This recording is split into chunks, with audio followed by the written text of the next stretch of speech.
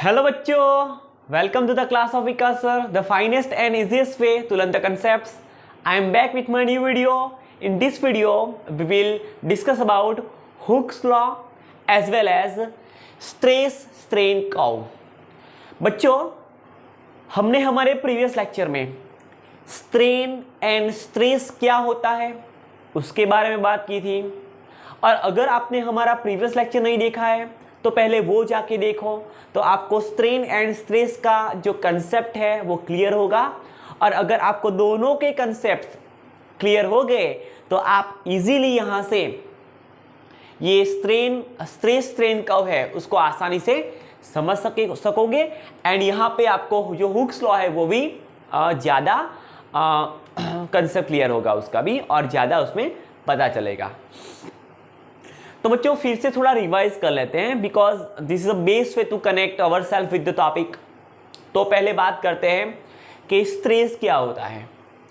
बच्चों हमने देखा था कि अगर हम किसी बॉडी पे एक्सटर्नल फोर्स अप्लाई करते हैं तो वो बॉडी अपने एक्चुअल डायमेंशंस चेंज हो, उसका जो एक्चुअल डायमेंशन है वो चेंज हो जाता है। या तो उसके डायमेंशन इंक्रीज होते हैं या तो डिक्रीज होते हैं। हमने कैसे फोर्स अप्लाई किया उस पर डिपेंड करता है। अगर हम उसको स्ट्रेच करेंगे तो ऑब्वियसली उसके डायमेंशन इंक्रीज होंगे, और अगर हम उसको कंप्रेस करेंगे तो उसके डायमेंशन डिक्रीज होंगे। तो डिपेंड करता है हमने किस तरह से उस पर एक्सटर्नल फोर्स अप्लाई किया। ओके चलो बच्चों, तो जब भी हम किसी बॉडी पे फोर्स अप्लाई करते हैं एंड वो बॉडी पे लगने वाला फोर्स फिर से हम रिमूव कर देते हैं तो वो बॉडी अपने एक्चुअल जो डायमेंशंस है वो फिर से रिगेन करती है। तो ऐसी बॉडी को बच्चों हम क्या बोलते हैं? Elastic body. एंड बॉडी की ऐसी प्रॉपर्टी को बच्चों हम बोलते थे इलास्टिसिटी। तो बच्चों हमने देखा था if we remove the applied external force, body regain its original shape and size. This type of property is known as elasticity, and the material which having this type of property is known as elastic materials. Okay, चलो strain की बात करते हैं अब। बच्चों अगर हम किसी बॉडी को स्ट्रेच करते हैं तब उसका डायमेंशन इंक्रीज होता है। अगर हमने किसी सिलेंडर के ये दोनों जो आपको क्रॉस सेक्शनल एरिया दोनों साइड्स दिख रहे हैं उस पे अगर हम यहाँ पे परपेंडिकुलर फोर्स लगा के स्ट्रेच करेंगे तो इस मार्कर की और वी कैन से ऐसे सिलेंडर की जो लेंथ है वो इंक्रीज हो जाती है। तो ये ऐसे लेंथ वाले केस में बच्चों अगर हम change in length divided by original length करते हैं तो हमें उस बॉडी की तो हमें एक प्रॉपर्टी मिलती है जिसको हम क्या बोलेंगे? एक फिजिकल क्वांटिटी मिलती है जिसको हम क्या बोलेंगे? स्ट्रेन बोलेंगे। That means if we stretch the cylinder by applying force on the cross sectional area of the cylinder, the ratio of the change in length of cylinder to its original length is known as strain. बच्चों अगर हम strain का formula लिखें तो strain होता है change in length divided by original length. Numerator part में भी लेंथ ही है एंड डिनोमिनेटर पार्ट में भी लेंथ ही है। So length by length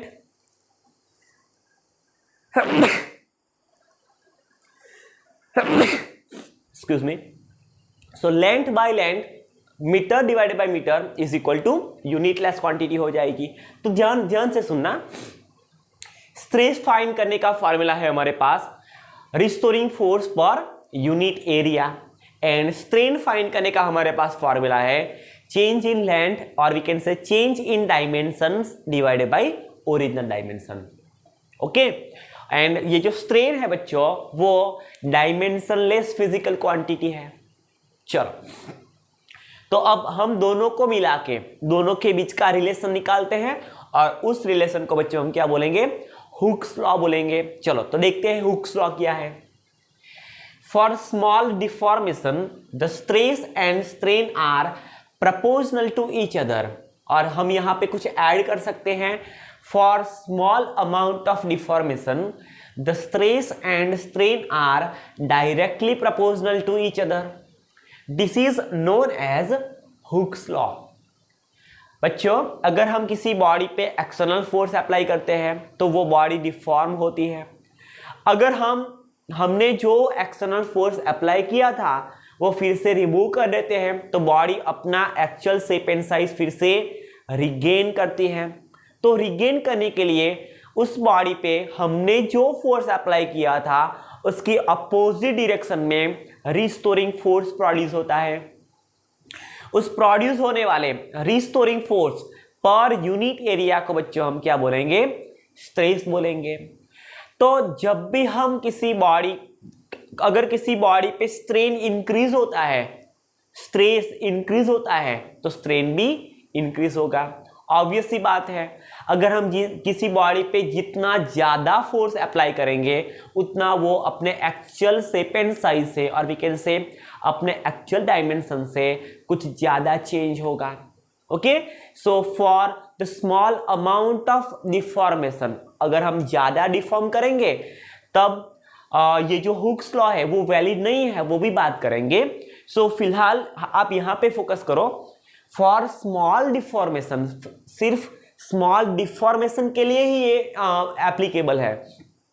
so for small deformation the stress and strain are perpendicular to directly proportional to each other, not perpendicular, both are directly proportional to each other. So हम यहाँ पे लिख सकते हैं stress is proportional to strain. Stress can be denoted by sigma and strain can be denoted by E. Okay, या तो epsilon बोल सकते हो आप।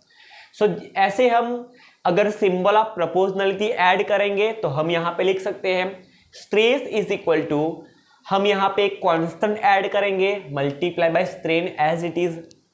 सो sigma that is stress is equal to K into E, where E is strain. बच्चों यहाँ पे हमने एक कांस्टेंट ऐड किया, this constant is known as proportional constant, or we can say constant of proportionality, and the name of this constant k is modulus of elasticity। बच्चों यहाँ पे focus करना, ध्यान से देखो इसको। this in the Hooke's law, when we remove the symbol of proportionality between stress and strain and add the constant is known as modulus of elasticity। Okay, इस constant का नाम क्या है बच्चों? Modulus of elasticity. चलो, the unit of modulus of elasticity is newton per metre square. बच्चों आप यहां पे देखो, अगर हम यहां से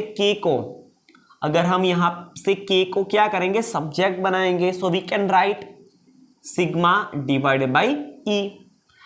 अब बच्चों देखो, सिग्मा क्या होता है? सिग्मा होता है restoring force per unit area, and stress होता है चेंज इन डायमेंशन। चलो लेंथ की बात कर ले। So change in length to its original length. अब ये जो क्वांटिटी है स्ट्रेन, वो तो यूनिटलेस क्वांटिटी है। सो जो डायमेंशन स्ट्रेस का होगा वही डायमेंशन मॉड्यूलस ऑफ इलास्टिसिटी का होगा। सो स्ट्रेन का डायमेंशन क्या, यूनिट क्या होता है? न्यूटन पर मीटर स्क्वायर, और we can say pascal in the memory of the great scientist Pascal. Okay, चलो। सो यहाँ पे हम एक 1 मार्क्स का एमसीक्यू या तो शॉर्ट क्वेश्चन आ सकता है। Which physical quantity the dimension of which physical quantities are same, और हमें 4 ऑप्शन दिए गए होंगे, उसमें से कौन सा राइट है? The dimension of stress and dimension of modulus of elasticity, sorry, the dimension of stress and the dimension of modulus of elasticity are same. चलो डायमेंशन फॉर्मूला लिखें तो वो हो जाएगी m1 l power -1 t power -2। This is a dimension formula of pressure. और pressure का ऐसा unit होता है बच्चों पास्कल। जब भी हम फ्लूइड मैकेनिक्स की बात करेंगे, चैप्टर नंबर 10 है हमारा, उसमें हम बात करेंगे कि ये जो प्रेशर है, प्रेशर का ऐसा यूनिट क्या होता है, पास्कल होता है। चलो तो ये बात हो गई हुक्स लॉ की। चलो बच्चों, अब हुक्स लॉ कब तक वैलिड है? हुक्स लॉ के लिमिटेशन के बाद किसी बॉडी पे क्या होता है अगर हम ज्यादा फोर्स अप्लाई कर दे, तो ये सभी बातें वहां बच्चों हम यहाँ पे इस कर्व में डिस्कस करेंगे, इस ग्राफ में डिस्कस करेंगे। आप यहाँ पे देख सकते हो स्ट्रेस स्ट्रेन कर्व लिखा है। सो फर्स्ट फिजिकल क्वांटिटी होगी जिसको हम y एक्सिस पे लिखेंगे, एंड जो सेकंड फिजिकल क्वांटिटी होगी जिसको हम यहाँ पे x एक्सिस पे रिप्रेजेंट करेंगे। चलो देखो, अब यहाँ पे हमें एक कर्व मिला है। ये जो ग्राफ है वो हमने किसी मेटल के लिए प्लॉट किया है, और सभी मेटल्स के लिए स्ट्रेस एंड स्ट्रेन के बीच का जो कर्व है, दैट मीन्स उनके बीच का जो रिलेशन है वो डिफरेंट मटेरियल्स के लिए, डिफरेंट मेटल्स के लिए डिफरेंट होगा। अब हमने उस सभी मेटल्स में से एक मेटल के लिए यहाँ पे स्ट्रेस स्ट्रेन प्लॉट ड्रॉ किया है। चलो देखो आप यहाँ पे बच्चों, आप यहाँ पे इस ग्राफ में O से A तक का एक रीजन देख सकते हो, और इस रीजन में आपको यहाँ पे एक स्ट्रेट लाइन दिखेगी।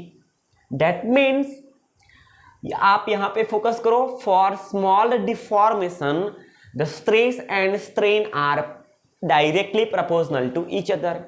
दैट मीन्स ए पॉइंट तक up to point A this stress strain curve, और we can say Hooke's law is valid. Hooke's law कब तक वैलिड है? पॉइंट ए तक। चलो हम वन बाय वन ये सभी पॉइंट्स रीड करेंगे और आपको यहाँ पे इस ग्राफ को एक्सप्लेन करेंगे। चलो तो देखो, in a standard test of tensile property, a test cylinder, or we can say a cylindrical wire, is stretched by an applied force. The fractional change in length,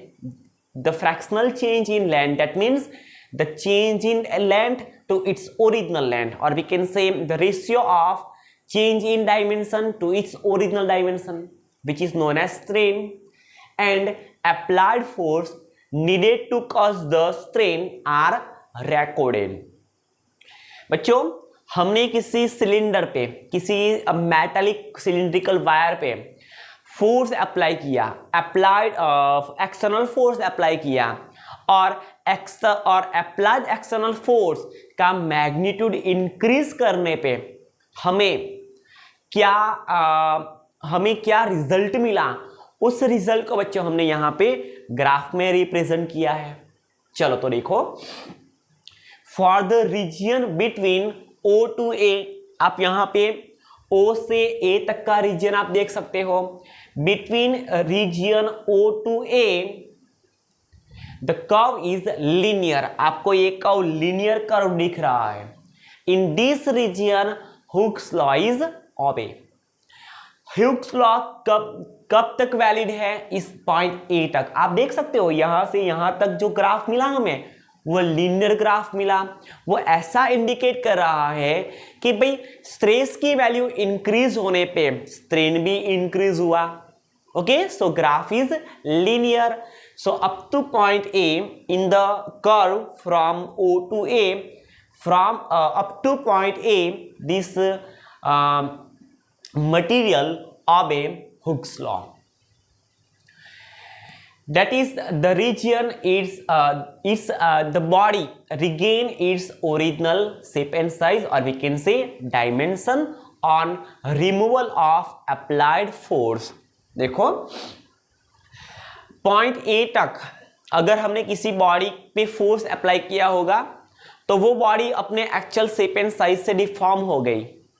फिर से हमने वो फोर्स रिमूव कर दिया तो वो बॉडी अपने actual shape and size फिर से रिगेन करेगी up to point A। Okay, चलो, and this type of property is known as elastic property. That means up to point A ये जो मटेरियल होगा उस मटेरियल के पास इलास्टिक प्रॉपर्टी होगी। तो इलास्टिक प्रॉपर्टी किसी बॉडी के पास कब तक होती है? जब तक वो हुक्स लॉ को ओबे करता है। अगर जहां से हुक्स लॉ ओबे नहीं होगा वहां से वो बॉडी अपनी जो इलास्टिक प्रॉपर्टी है वो क्या होगी? घुमा देगी और एक नई प्रॉपर्टी गेन करेगी। और कौन सी नई प्रॉपर्टी गेन करेगी उसकी भी हम बात करते हैं। चलो अब बात करते हैं region from A to B. ये वाले रीजन की बात करते हैं। आप यहाँ पे देख सकते हो, यहाँ पे थोड़ा मुड़ा हुआ दिख रहा है, हमें थोड़ा स्लाइडली इंक्लाइन जैसा दिख रहा है ना, हमें थोड़ा स्लाइडली ट्विस्टेड दिख रहा है। देखो यहाँ से from A to B, region from A to B, stress and strain are not proportional. देखो आप यहाँ पे ये जो लाइन है O to A वो लीनियर लाइन है, हुक्स लॉ ओबे हो रहा था। वहां पे strain and stress both are proportional to each other, but after point A on this curve, if we talk about the region A to B, stress and strain are not proportional to each other. Nevertheless, body regain its original dimension when applied force is removed। बच्चों ये बात ध्यान से सुनना, ए से B तक का जो रीजन है उसमें स्ट्रेस एंड स्ट्रेन दोनों एक दूसरे के प्रोपोर्शनल में नहीं है। तब भी अगर हमने जो फोर्स बॉडी पे अप्लाई किया था वो अगर हम रिमूव कर ले तो वो बॉडी अपनी एक्चुअल शेप एंड साइज और वी कैन से अपने एक्चुअल डायमेंशन फिर से रिगेन करने की कैपेसिटी में रहती है। ओके, सो ऐसा नहीं है कि जब तक हुक्स लॉ वैलिड है तब तक ही बॉडी अपना original shape and size, that means उसका ओरिजिनल डायमेंशन रिगेन कर सकती है। बट बच्चों अगर इस पॉइंट सी तक, इस पॉइंट बी तक बॉडी अपना जो एक्चुअल शेप एंड साइज है वो रिगेन कर सकती है। फिर से एक बार देख लेते हैं, stress and strain are not proportional in region from A to B. Nevertheless body regain its original dimension when applied external force is removed. अब बात करते हैं पॉइंट बी की। देखो आप यहां पे, if we talk about this point B is known as yield point or we can say elastic limit। देखो आप यहां पे, यहां तक उसके पास इलास्टिक प्रॉपर्टी होगी, ध्यान से सुनना, यहां तक उस मटेरियल के पास इलास्टिक प्रॉपर्टी होगी। और अगर इलास्टिक प्रॉपर्टी होगी तो हमने जो फोर्स अप्लाई किया था एक्सटर्नली, अगर हम वो फोर्स फिर से रिमूव कर लें तो बॉडी अपना एक्चुअल डायमेंशन फिर से रिगेन कर सकती है। सो द पॉइंट ऑन, और हम कैसे इलास्टिक लिमिट और यील्ड पॉइंट को कैसे डिफाइन कर सकते हैं? The point on stress strain curve up to which the body regain its original dimension on the removal of applied external force is known as that point is known as elastic limit or we can say yield point। okay, चलो अब देखो यहां पे the corresponding stress is known as yield stress। देखो आप इस point तक ये पॉइंट है वो इलास्टिक लिमिट है, दैट मीन्स इस पॉइंट तक बॉडी अपनी actual shape and size, actual dimension regain कर सकती है। और इस पॉइंट के अकॉर्डिंग में हमें जो स्ट्रेस मिलता है उस स्ट्रेस को बच्चों हम क्या बोलेंगे? यील्ड स्ट्रेस बोलेंगे, या तो हम कह सकते हैं elastic strain. Elastic stress, not strain, is the elastic stress और we can say yield stress.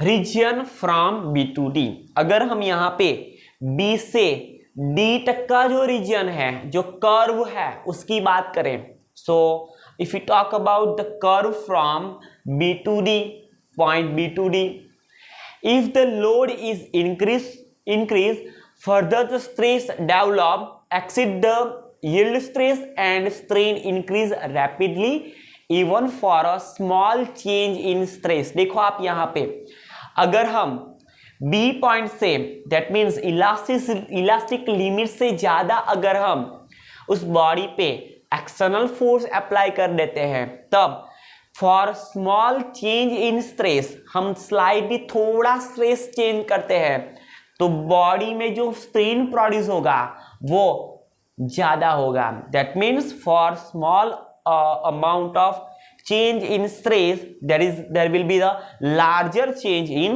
strain। चलो अब पॉइंट सी की बात करते हैं, इस पॉइंट सी की बात करते हैं। देखो point C between region B to D वाला रीजन है, उसके बीच में एक पॉइंट डी सी है, उसकी बात करते हैं।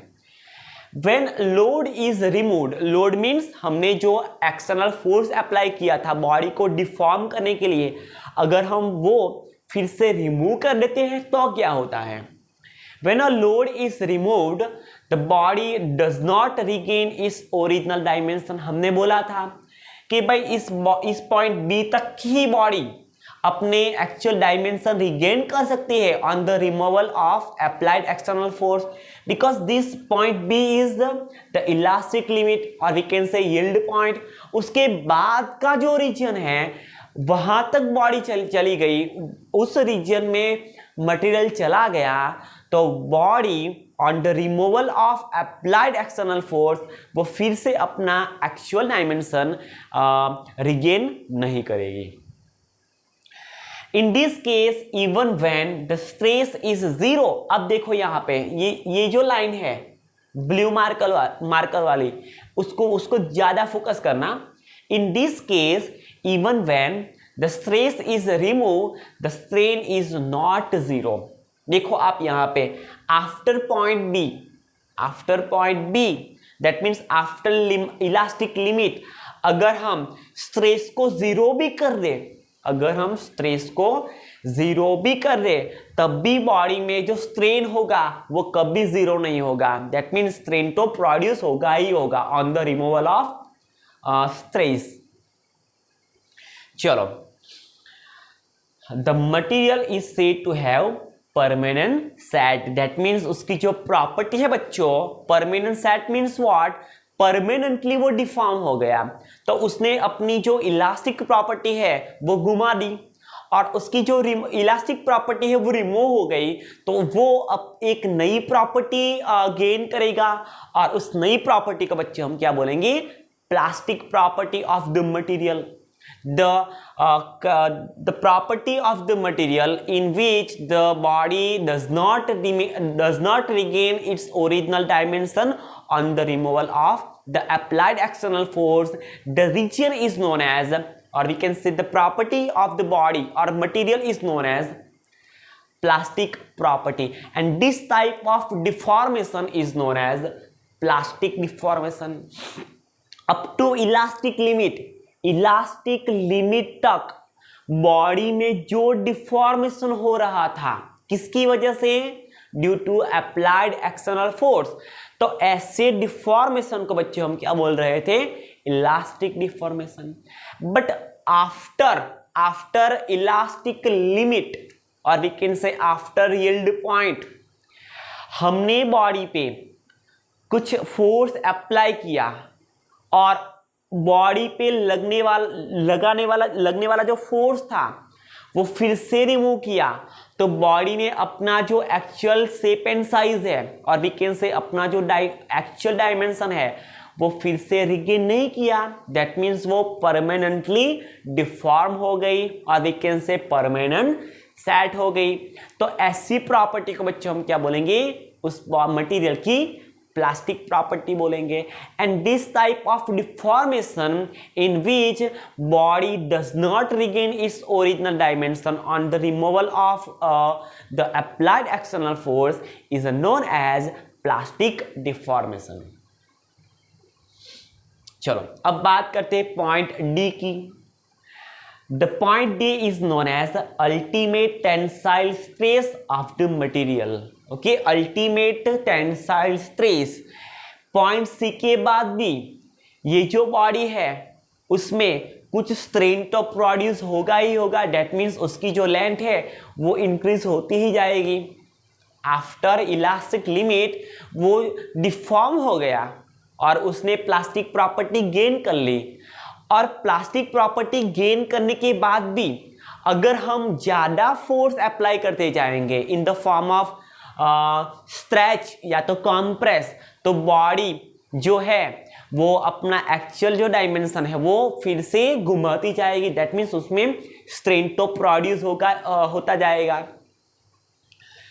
So ऐसे up to which the point, or we can say yes, the point up to which the body can be deformed or stretched or compressed is known as ultimate tensile strength of the material। और उसके बाद after ultimate tensile strength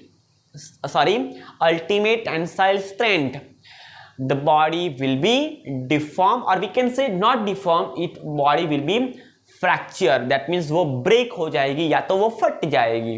okay वो body या तो टूट जाएगी या तो फट जाएगी। तो आफ्टर अल्टीमेट टेंसाइल स्ट्रेंथ एक नया पॉइंट आएगा जिसको हम क्या बोलेंगे, फ्रैक्चर पॉइंट। देखो आप यहां तक बॉडी में स्ट्रेस प्रोड्यूस होने पे स्ट्रेन प्रोड्यूस होता गया, बट आफ्टर पॉइंट डी, इस पॉइंट डी के बाद, that means after ultimate strength के बाद वो बॉडी फट गई या तो टूट गई, दैट मीन्स वो ब्रेक हो गई। तो ऐसे जिस पॉइंट पे, बच्चों ध्यान से सुनना, स्ट्रेस की जिस वैल्यू पे वो बॉडी टूट जाती है, फ्रैक्चर हो जाती है, उस पॉइंट को बच्चों हम क्या बोलेंगे, फ्रैक्चर पॉइंट बोलेंगे। The fracture point for given material. चलो, the material for which the ultimate strength that is sigma U and the fracture point are very close, this type of materials are known as brittle material। कैसे material बच्चों, brittle material. याद रखना, ऐसा material जिसमें ultimate strength and fracture point बहुत नजदीक है, both are very close to each other, this type of materials are known as brittle material. And materials for which ultimate strength and the fracture points are far away, so this type of materials are known as ductile material। फिर से एक बार, ऐसा material जिसमें ultimate strength के बाद fracture point बहुत जल्द आ जाता है, that means the ultimate strength and the fracture point are very close to each other, this type of materials are known as brittle material। and the materials for which the ultimate strength and the fracture point are far away, this type of materials are known as ductile material। Okay चलो, तो बच्चों आज हमने Hooke's law के बारे में बात की। हुक्स लॉ क्या होता है, स्ट्रेन और स्ट्रेस के बीच का रिलेशन क्या है, मॉड्यूलस ऑफ इलास्टिसिटी किसको बोलेंगे, उसका यूनिट क्या होगा, उसका डायमेंशनल फार्मूला क्या होगा, किसी गिवन मटेरियल के लिए, किसी मेटल के लिए स्ट्रेस स्ट्रेन का कैसा दिखेगा और उसमें डिफरेंट रीजन का मतलब क्या है, वो सभी बातें हमने यहाँ पे बच्चों एकदम प्रिसाइसली की है। तो आई होप आपको ये वीडियो पसंद आएगा, और अगर आपको ये वीडियो अच्छा लगे तो आप जो लाइक बटन है वो हिट कर सकते हैं, और अभी तक आपने हमारा चैनल सब्सक्राइब नहीं किया है तो please subscribe the channel.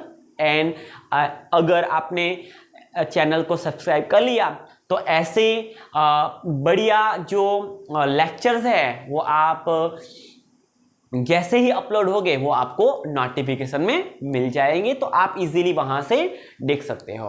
Okay so बच्चों, आज हम हमारा लेक्चर यहाँ पे खत्म करते हैं। सो सी यू इन नेक्स्ट लेक्चर। तब तक do whatever you want but don't trouble your mom. Thank you.